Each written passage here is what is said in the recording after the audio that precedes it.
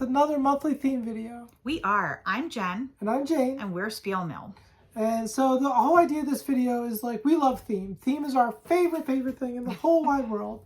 And so we love games that immerse us in theme. And so one idea is, well, what's better than a game day that immerses in your theme where you play 3, 4, 5 games all immersed in the same theme? That is amazing. It is amazing. So we came up with, what we do is once a month we pick 3 different themes for that month, and we come up with what the ideal game day would look like. Yes, and it's just in time for March because St. Patrick's Day is right around the corner. So we're going to set you up. Yep. And one thing about this, the one caveat I'll say is it's based heavily, obviously, on games we've played. We do incorporate a little bit of stretch, but not a lot. Usually, if something we haven't played is an obvious choice, we put it in our honorable mention. Yeah, and in fact, I am very excited to hear what everybody else would play for some of these themes because we didn't have a lot to choose from, and I'd love to get some more thematic games into our mix. And I think our first holiday was the toughest for us because we just don't have that many games for it. That is St. Patrick's Day. Which is funny because we really love St. Patrick's Day and we love Irish as a theme. Ireland is the theme. Both have a lot of Irish in our background. But the games we even have don't even hit home that well. And not all of them. Some of them do, but not all of them. So we're going to talk about our picks for St. Patrick's Day, but please put in the comments, what do you want to play on St. Patrick's Day? What games do you think would be perfect here? So our first pick for St. Patrick's Day, and this is a bit of, we've never played this version of the game, but we've played Lost Cities, the board game, and it's basically the same game, and that is Celtis. Yes. This is basically Lost Cities, the board game with an Irish theme.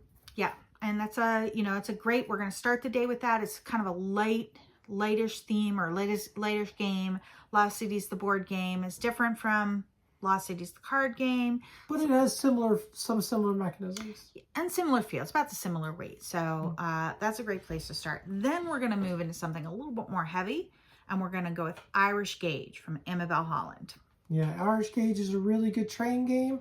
But not a light train game like Ticket to Ride. It's more closer to an 18X game. But it's not an 18XX. But it's not. But it's it's closer. It's like a stock market game along with route building. So there's some extra complexity there. Great way to learn the map of Ireland if you don't know it very well. You're doing a lot, on that map. So it's a great, take you right into feeling like you're in Ireland. Well, like you're looking at a map of Ireland because you are. Now the third game we picked because it has a strong Irish theme, but I'll admit that the game didn't hit home for us just because the style game isn't for us, and it's because it's a war game, and that's Inish. We really wanted to like this game too. It's so really pretty. It's so beautiful, and I just love that feeling of Celtic lore of the green hills of Ireland. But it like you said, it's a little too head to head for us, a little too player on player because the area majority. But if you like that sort of thing, that'd be perfect. And St. Patrick's Day is sort of like when I would make that exception and play that game. All right. And then finally, what's our last game? Not dice. All right. You've had a lot of Irish whiskey. Yeah. And a little bit of Irish beer or vice versa. And maybe vice versa. You need a game you can play late at night that is easy enough for you to play. And Not Dice is the game. I love Not Dice. It's so relaxing. This is not much of a game.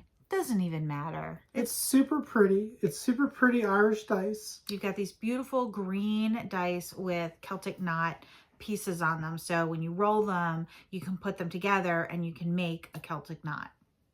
And I mean, that's the game.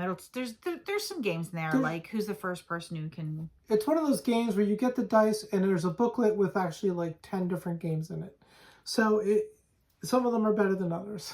We've had a lot of fun with it, though. I really like this game. We played it a bunch. It's so visually appealing. There is that puzzly nature to it, and it's super thematic and goes great after some Irish whiskey. Absolutely.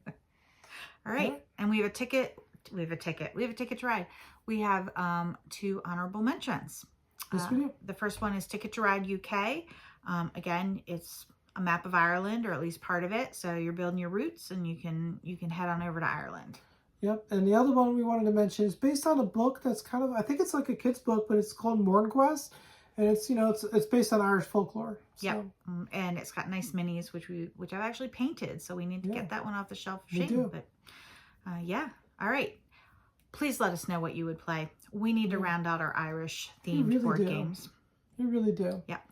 So our next theme is spring. It's Yes. the first day of spring is in March. Yes. So that's very exciting. And what game would we start our day of spring with? Spring Meadow.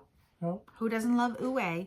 If you don't know, this is one of that series of, I think, 4 games that Uwe designed. Uwe Rosenberg, like, he's my best friend. Uwe.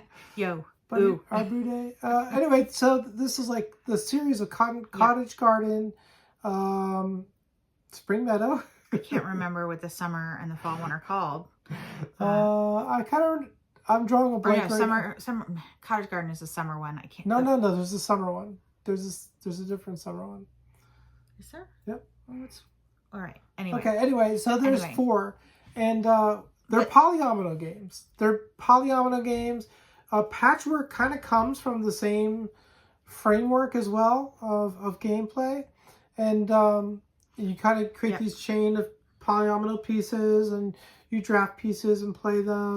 And I like this one because it's got that springy feel. There's snow on the ground. There's some groundhogs that are popping up potentially, and it's, to me, I always feel like this is such a good March game. It's so thematic for me. And there's a lot of like games that fit really well for summer when it comes to like nature and stuff. Yep. And this one fits well for spring. It really does. It really works. Yep. And our second one, which also fits really well for spring, is Baseball Highlights. Either the dice game or the actual tabletop game. But it's time for spring training. Yep. We're watching baseball right now. It's time to play some baseball games. Yeah, you gotta get in the mood. You gotta get ready for baseball season. It's the perfect time to whip out any baseball game, but we like Baseball Highlights. That's what's gonna be on our list. Yeah, and if you you could play Baseball Highlights, the dice game as well. I really like that one. Yep. Another game that we think really brings out the feeling of spring when you tend to have a lot of rain is Petrichor. Petrichor is basically a game about rain. I mean, it's really neat, and it's such a cool game. And if you have the deluxe version, it's got beautiful clouds and everything, but it gives you a definite feeling of spring. Yeah, and it's perfect. Well, I guess they say April showers bring May flowers, but we see a lot of rain. You sort of taper off with the snow and bring in the rain in March, and that's how you know that it's getting to be spring. So that's perfect. And then next up, we have actually a print and play roll and write called Birdsong. And this is a nice light game to break up the day as it's going. Another big part of spring is you get the birds are starting to come out. Yeah, actually, I a couple times have gone on some of our local bird club, like bird watching expeditions in the spring, because they start their mating behaviors, and it's really cool to see like the woodcocks that do this like death spiral down to the ground, and in order to attract a mate. So it's definitely the time where you want to start watching the birds to see what they're doing and to see how they're kind of letting their mates know that they are, ready to boogie. And this last game, I don't know, it might be a little bit of a stretch, I'm not sure. Perfect. It's perfect. It's Bunny Kingdom. And it's got perfect spring colors, It does. The pastels and such. And there's bunnies. And there's bunnies. Bunnies are spring. Easter is April usually. Yeah, I'm sure it is a stretch, but to me, it's perfect. When I think about spring, I think about bunnies, and I think about pastels, and Bunny Kingdom has it all. Yep. So that's what we picked. We have a couple honorable mentions. Meadow would be a good game for spring, I think. Yeah, Meadow makes me think of spring too. There's a lot of animals, a lot of nature, a lot of things growing. There's a roll and write called Bloom, which is not the best roll and write, but it's quick and it's fun. Yep. And then Habitats. It's a nature themed game. Again, spring is when we start to think about being outside. Yep. And then that's it for spring. That's it for spring. So what do you think of our spring picks? Let us know in the comments. And yeah. So what is our last theme for the month, dear? Well, our last theme for the month is that it's Women's History Month. Yes, it is. I love history. Not the least important item, that's for sure. In a former life, I was a historian, and I love women. I am a woman. So anyway, it's Women's History Month, and bringing together a lot of my favorite themes. We have some great choices in here. We're going to start with one that is one of my favorites, and that is One Deck Dungeon. I heard somebody talk smack on this recently, and they can just go away. One of the things I love about this, I got this in a board game bento box that Jane got me years ago, and I pulled it out and I was unwrapping it and opening it, and I was learning how to play. And after a couple minutes, I was like, all of the heroes are women. They're all women. I've never seen a game with all women in it. Oh my God. That to me is what is trailblazing. Because it was, this was what, 10 years ago maybe? We've made a lot of strides in representation in gaming, a lot of strides. And back then, to have a game that was all female heroes that were not dressed like porn stars was amazing. And so One Deck Dungeon is our first choice, and that's how we're going to open Women's History Month. Yep. Our second choice is Freedom, the Underground Railroad. Now, this is a very heavy game to play, but women had such an integral part in the Underground Railroad. And so it's a really great game to play if you want to think about women's history. Yeah, and of course Harriet Tubman, that's what she's known for, as being, the driving force behind it. And as Jane said, women were actually a lot of the folks that were making this work.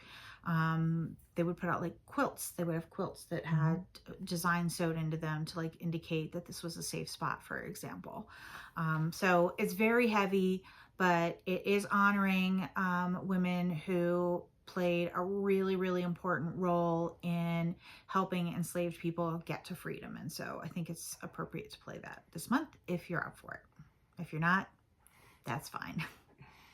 And then we wanted to honor women game designers too, because they're a big part of the board game industry and our women's history. And so we start with probably the best known one now today, and that's Elizabeth Hargrave and Wingspan. Yeah, and I think that the publication of Wingspan was historic in that it was probably the first game that had a theme that was so outside what we would expect from board games. That I wouldn't say the first, but that the first game outside that made a huge splash, and it brought lots of people into the hobby that weren't there before. It brought a lot of people that only played, war games or dungeon games or whatever, discovered this game and played it and loved it and fell in love with birds. And Elizabeth Hargrave really shot to the top with the publication of this game. And I mean, that really, I don't think it ever happened before. So I think it's really historic. It's a great game to play. Plus it's a lot of fun. And then our next game, this game commemorates a very important part of at least U.S. women's history, and that's Votes for Women. Yes. And that obviously is about the struggle to get the right to vote. And we have not played it yet, but we've heard amazing things, and we love the theme. Yeah. And it's essentially like a war game-ish, right? It's sort of That's what I understand. The structure of a war game, but with a different theme, which just shows you don't have to always make games about war. You can make games about something else and still have the same kind of game. And I think we've moved away from that. Yeah. And that's one of the great things about modern board gaming is we're moving away from everything being about war or similar or nobles. There's still a lot of games about nobles. Merchants in the Mediterranean. Yeah. It's a little less one note these days, and that's why we love theme, and that's what's so great about it. So our next game is also honoring the designer, and that is Rajas of the Ganges, because Inka Brand, she designs with her husband, but I understand she's the driving force behind the two, and I might be wrong, but I've heard that somewhere. We choose to believe. We choose to believe it. But again, there's actually a handful of women that are really integral to the history of gaming. Thurn and Taxis was designed by a woman, for example. But Inka Brand has designed so many games. She's so omnipresent in gaming, even before, the industry was even open, really, in a lot of ways, to women and women gamers. Inka Brand was out there designing games. So really important woman in the history of board games. And the game is amazing. And then as far as honorable mentions go, we pretty much just have one, and that's Deadly Dowagers. Yeah. Go get them. And if you don't know anything about Deadly Dowagers, but it's something about women killing their husbands. We haven't played it, but it just sounds like something we should have mentioned. Yeah, you know, So divorce wasn't always legal. yeah, gotta do what you gotta do. Gotta do what you gotta do. So- Abusive husband, kill him. So those are our 3 themes for the month: women's history, Also, don't kill your spring, husband. St. Patrick's Day. So what games would you pick for these themes? Let us know in the comments below. Let us know what you think about the other holidays that we could have picked for March, or other themes we could have picked for March. And what should we do in April? Yeah, what should we do in April? All right. Remember, Every day that you game. is a holiday. Bye, everyone. Bye.